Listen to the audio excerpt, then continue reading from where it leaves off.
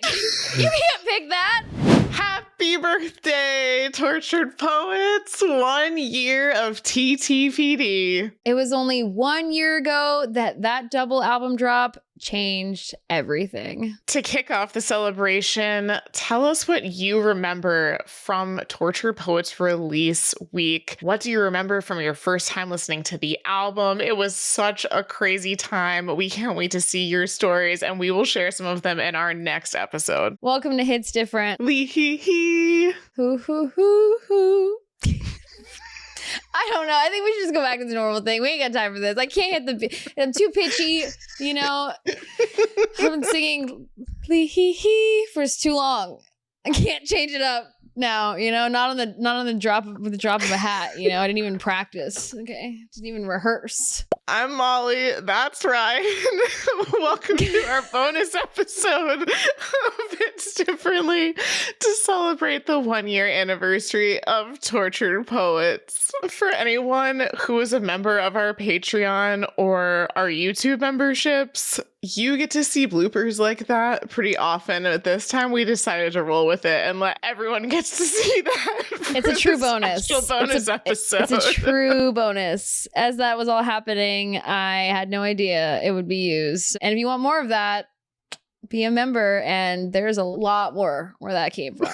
So the links for how to join it are going to be in the description of this episode. And please make sure to subscribe to our channel or follow us wherever you're listening to this podcast. All right, to celebrate the 1 year anniversary / birthday of Tortured Poets, the Tortured Poets Department, we are going to do a draft of our TTPD top 5, and we are bringing in producer, editor, man behind the scenes, and my husband, Alex. Hello. To help get us set up for this. First person to blurt out a correct answer will win the question. We need to get 2 of these questions correct to get the first overall pick. Here's the first question. Name a collaborator of Taylor Swift's that starts with the letter P.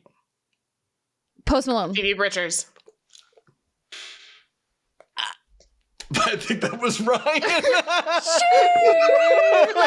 effing go. I was like, Molly's not answering it. It's funny because as soon as you said collaborator, I was like, Gracie Abrams, Sabrina Carpenter. And I was like, Jack, Aaron. And they said, and I'm like, ah! Phoebe Bridgers was niche. Yeah. It was. That's why I did it, because there was more than one. So you could either go. As I'm like Smart. sitting with Post Malone behind me. Ah! It's all right. It's all right. Proud of you. All right. That Ryan was is good. up Good work. That was good work. 1-0, which means if she gets the next one correct, first overall pick goes to her. Everything's on the line. The number 1 pick of the draft is on the line. Name a song that has a place in the title. So long, Welcome London. to New York. That was Molly. So we're going to go to question 3. Come on, that was tied. There's a delay, guys, for those who didn't know. All right. It's fine. It's okay. It would have been funny if I said I know places. It's like, close. Not it. You know, places. That's a place. Nailed it. So funny. I know. I thought about it. It popped into my head. I was like, that's not right. Okay, final question. For the number 1 overall pick, tied at 1. Name from a song a park that Taylor Swift references. Centennial Park. There, yeah. Oh, I was like thinking about it. I was like, invisible string. What is it called? I was like, green No way is the Ryan was gonna grass. get that one. I was literally thinking like, green is the grass. And then I was like, struggling, short circuiting. Centennial Park. All right, so that means the number 1 overall pick will go to Molly. So Dang, Molly. I almost wanted to go second because I was Uh-oh. I just like so badly wanted to know what Ryan was gonna pick first, but you know, I here feel we like go. I know, you know what I'm going to pick or would have picked, and I know what you're going to pick, unless there's a huge plot twist in here, which let's see. Well then, Molly, let's explain the rules. So for this draft, for any of you sporty Swifties out there, you've maybe heard of a snake draft before. You know, it's the year of the snake, first of all, and Rep TV may or may not come at some point in the future, but we're going to channel it. We're going to manifest with a snake draft. And what a snake draft means is that instead of the picks going, I go because I just won the game, and then Ryan, and then me, and then Ryan, you switch it up just slightly. So I will go first. I will have the first pick. Then Ryan will have picks 2 and 3. I'll have picks 4 and 5. And it goes like that, where like we kind of get to do double picks. And then it ends with like Ryan getting the last pick. So we're picking our top 5 and we're doing it snake draft style. Let's do it. I think that you think you know what my number 1 pick is going to be, and I don't think that you are correct. Are you ready for it? Da-na-na. Okay. The number 1 pick of the Tortured Poets top 5 is The Black Dog. Wow. Did not expect that. Number 1. And I obviously we're saying Number these in 1. order of like what we consider like that's like your number 1 song for Tortured Poets. I'm going with that one as number 1 overall. Yep. I think Wow. historically and just in her overall discography, that's a top song, if not Dang. like the top. Dang. It encompasses all the things I love the most about Taylor, you know, modern day references, relatable experiences, the like freaking screaming. Don't blame me, ask like take me to church moments, but like differently. Yeah. And Yeah, it's a banger. it's just literally our first listen, thinking back to it. After our first listen, I was like, I think The Black Dog's my favorite song. And so I'm sticking with that gut reaction from a year ago. You get picks 2 and 3. My number 1 draft pick, which is the number 2 draft pick overall in this case, is My Boy Only Breaks His Favorite Toys. And, you know, also want to preface that this list is no shade against the songs that are not mentioned. As Molly knows, I'm very nuanced. So this was very challenging to like really lock in 5 and be like, well, what about this and this and this? My Boy Only Breaks His Favorite Toys was apparently the song I played the most in 2024. And Spotify reminded me at the time that it was like a very high number. And now, 4 months into 2025, oh man, that it's over 100. So I'm like, we can't ignore that. Had to go That's with what it. I thought you were going to pick. I figured Yeah. you knew. I was like, Yeah. it's been pretty on brand for a while. I was like fighting it when I was making the list. I was like, girl, just pick them. My Boy Only Breaks His Favorite Toys, you know? It's a banger. Number 2. I feel like you're going to know all of mine. Number 2 is Florida. I knew it. I told Alex, I was like, should I just pick Florida to mess with her? Florida, man. Same thing as like your the Black Dog. It's like first album listen. I remember being like, this might be like I feel like all of us at the time were like, this is like a favorite song so far. We had like a transcending experience. It was united. We're like, everyone, Yeah. everyone feel the same way? This is a banger? All right. No notes. Moving on. I was also blessed enough to be at night 3 in Miami. I was manifesting it from day 1, being like, will she play Florida in Florida? Did I know I'd be there? No. Did she play it? Absolutely. It is a core memory. So gotta go with Florida. And I'm from Florida for also those who don't know. So I literally knew those were going to be your top 2.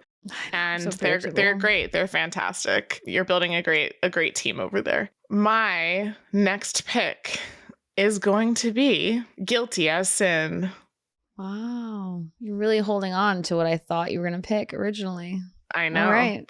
Well, I was taking a calculated risk that you weren't going to pick it. I had notable mentions in case you took any of my top 5, and the Black Dog Same. and Guilty as Sin were on there, so I just crossed those off. Those were notable mentions. Those were not in my top 5. Yeah, Guilty as Sin is just incredible. I literally could never listen to that song enough. And that's actually another surprise song that you got in Miami, which I will forever be jealous of.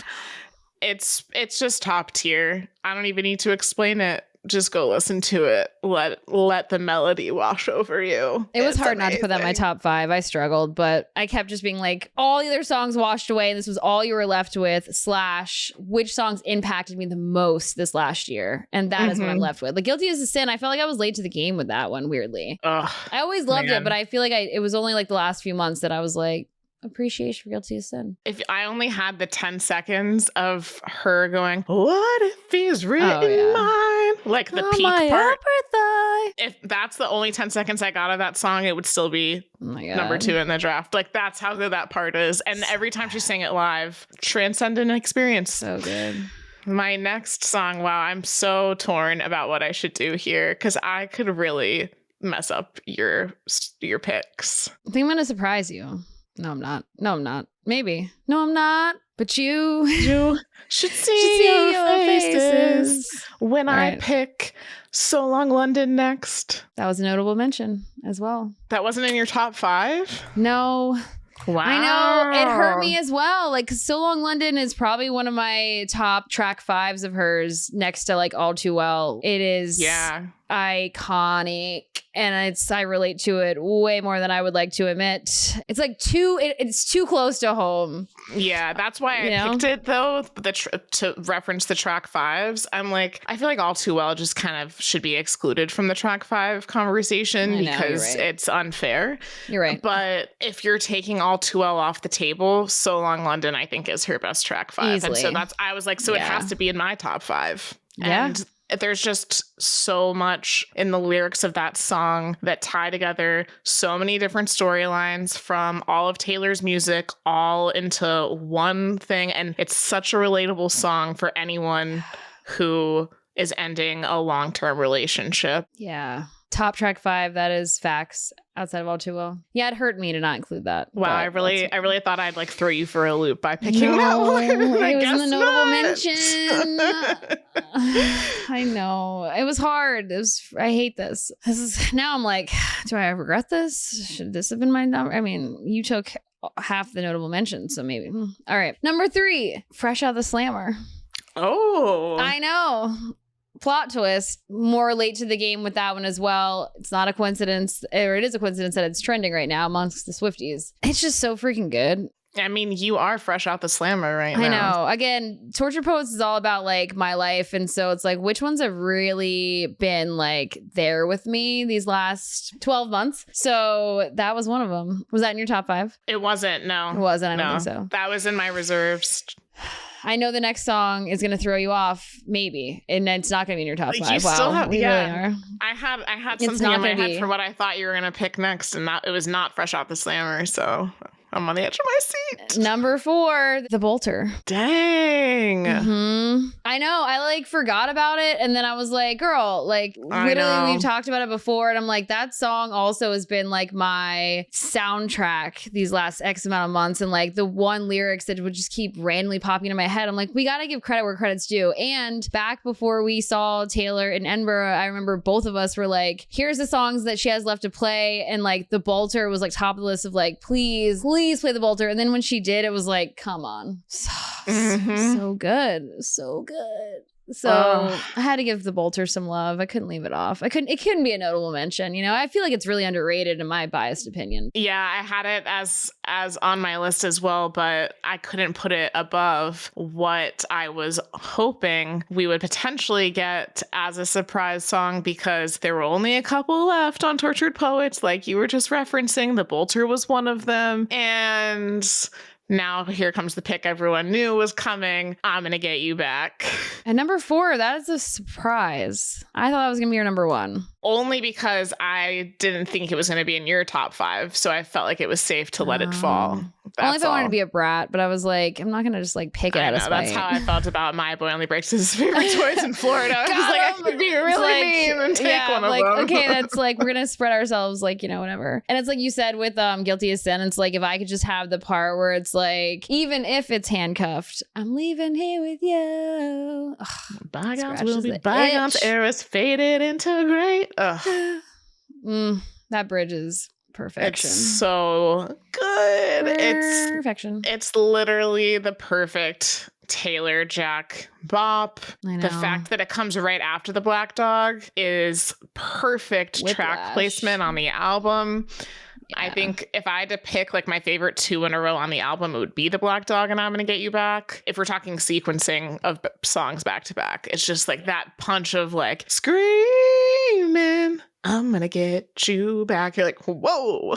Dude, okay. So Long London into But Daddy, I Love Him. You're like, right. That's whiplash. You're like, I'm still crying. And now I'm like, oh, right. Like, yeah. Yeah, I'm Gonna Get You Back has been one of my favorites since first listen as well. And I just love literally everything about it. I love the play on words. I love the beat. I love just the visuals it paints in your head. And I can relate to it on a personal level because I had talked about this back when Torture Poets first came out. Let's just say how Alex and I like ended up being official. You could mix in a little bit of themes from that. And so I love the like, whether I'm going to be your wife or smash up your bike. I haven't decided yet, but I'm going to get you back. I ended up on the wife side of that one, but you know.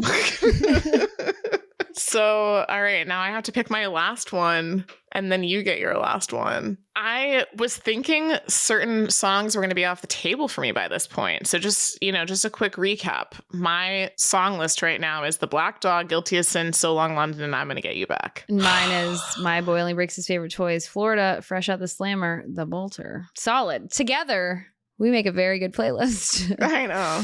This is so hard. It's not fair. I wanted to do a top 10 for the record, and Alex said we should keep it to a top 5, but this feels like I'm going to hurt one of my favorite tracks' feelings, and I don't like it. I'm so indecisive. Are you struggling between 2? Technically 4. 4? Here's the thing. Torture Poets has such a wide range of emotions on the album. I wanted to channel a little bit of every emotion in the songs that I picked, and I feel like so far I've done a pretty good job of that. So it's like, which one do I go with? Anger, love, sadness.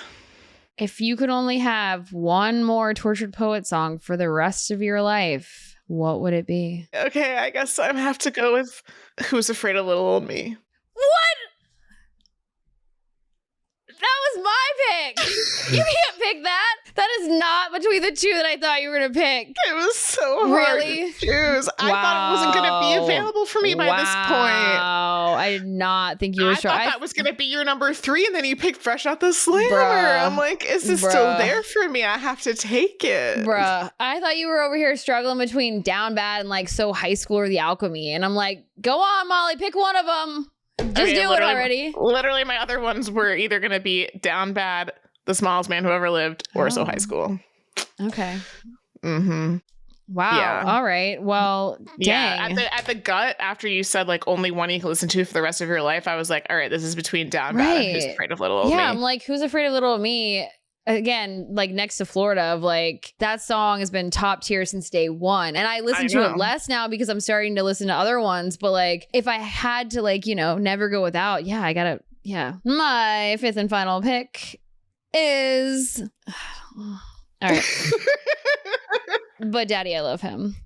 Which is a plot twist because at first I was like, okay, well, that's like one of the top songs she played it during the Eras tour. Right. It's not like a niche pick, but I'm also like not picking it is like kind of rude because at the end of the day, But Daddy, I Love Him is fire. It is such a good song. The melody, the vibe, like all in all, like it's like to me, it's Who's Afraid of Little Old Me is like sister. So the thing is, The Smallest Man Who Ever Lived was not in my top 5 or in my notable mentions because it's not also a fantastic song. So because the live version has ruined it for you forever? Yes. Because it's so good. 110. I'm not even kidding. I'm like always finding some janky version elsewhere of the live version. And the like album version, you can hear the backup tracks of how Taylor performs it live. And you're like, it's so close. I can hear it in the back. Literally, I was listening to it this weekend as I was cleaning and stuff. I just belt out the live version of it. Were you sent by someone? Like, I know. Choosing between both Who's Afraid of Little Old Me and The Smallest Man Who Ever Lived, because when I'm picking those, I'm picturing the live performances of both of them for sure. For sure. And Down Bad, while I think the performance on the Eras tour was amazing. I mean, you literally have the performance on your shirt right now. I know. I'm wearing the shirt. Neither of us picked it. Like really on brand. It's still like a little closer to the recorded version. So like the difference in the vocals and stuff isn't as drastic as between Who's Afraid of Little Old Me and The Smallest Man Who Ever Lived and then the live version. Interestingly enough, you would never guess these. My last 2 honorable mentions that weren't already picked, no particular order. I Hate It Here. And this is niche. I Look in People's Windows. I love that song. I love that. It's my equivalent of Question. It scratches an itch. 1 Yeah. It's so good. It's such an underrated song. Yeah, maybe we should have done like a top 5 for like TTPD and then one for the anthology, and that would have been like a little crazier. That would have been crazy. That's the problem, was I ended up having 2 anthology songs on my list, The Black Dog and I'm Gonna Get You Back. You have only 1. The Bolter, yeah. But the anthology ones, I still love so many of them. Like I had Cassandra, The Prophecy, and How Did It End just written down just to like write them down. Because I'm like, I'm not picking them in my top 5. Right. But I love those songs. Yeah. And they have such deep meaning that provides context to the rest of the album. I would never want Tortured Poets without those songs. Right. Wow. Changed it up at the very end. Got crazy at the end. Wow. All right. Well, to recap, my final list was The Black Dog, Guilty as Sin, So Long London, I'm Gonna Get You Back, and Who's Afraid of Little Old Me. And mine was My Boy Only Breaks His Favorite Toys, Florida, Fresh Out the Slammer, The Bolter, and But Daddy, I Love Him. Solid. Let us know whose team you would pick out of these. Are you going with my lineup or Ryan's? It's tough. And let us know what your top 5 would be. If you were doing a draft, what's your TTPD top 5? Happy birthday to Tortured Poets. Again, the album that has inspired so much over the last year. We're going to be talking about it for the next several episodes to come. To properly celebrate, we're going to throw in some Tortured Poets Tay Therapy stories. We're going to go back and fully soak in some of our first impressions of the album and see how they compare to now, how we feel about things now. It's going to be a fun little journey to just keep celebrating the Tortured Poets 1-year anniversary. The gift that truly keeps on giving. For anyone who's watching this episode, Ryan's lighting has gotten so dark behind her. Yeah, So it's looking pretty rough. What's happening? It's time for us to go. You're like, what's going on? It's like, yep. Yeah, you know when it's time to go. There you go. Thanks for joining us for this special bonus episode. Make sure to subscribe or follow us wherever you're listening to this podcast. And happy birthday, TTPD. Bye. Bye.